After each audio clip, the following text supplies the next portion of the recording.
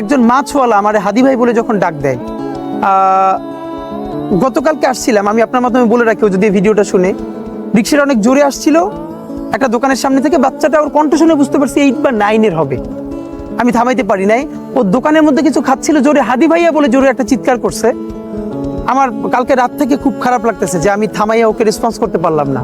সবাই যখন মৃত্যুটাকে ভীষণ ভয় পায়, আমি তখন হাসতে হাসতে আল্লাহর কাছে ভীষণ সন্তুষ্টি নিয়ে পৌঁছতে চাই যে আমি একটা ন্যূনতম ওই জীবনটা লিড করতে পারলাম, যে আমি একটা ইনসাফের হাসি নিয়ে আমি আমার আল্লাহর কাছে পৌঁছতে চাই। সুতরাং আগামী 50 বছর বাঁচলাম, কোনো ইম্প্যাক্ট তৈরি হলো না আমারে দিয়ে, দেশের জন্য, রাষ্ট্রের জন্য, উম্মার জন্য, জাতির জন্য। কিন্তু আমি ধরেন 5 বছর বাঁচলাম, সেটার মধ্য দিয়ে যদি আগামী 50 বছরের ইম্প্যাক্ট তৈরি হয়, তাহলে অনেকদিন বেঁচে থাকায় কি সাফল্যের বলেন? শহীদ প্রেসিডেন্ট জিয়াউর রহমান কয়টা দিন বেঁচেছেন, কিন্তু ভাবেন আজকে পর্যন্ত উনি আমার অনুপ্রেরণা।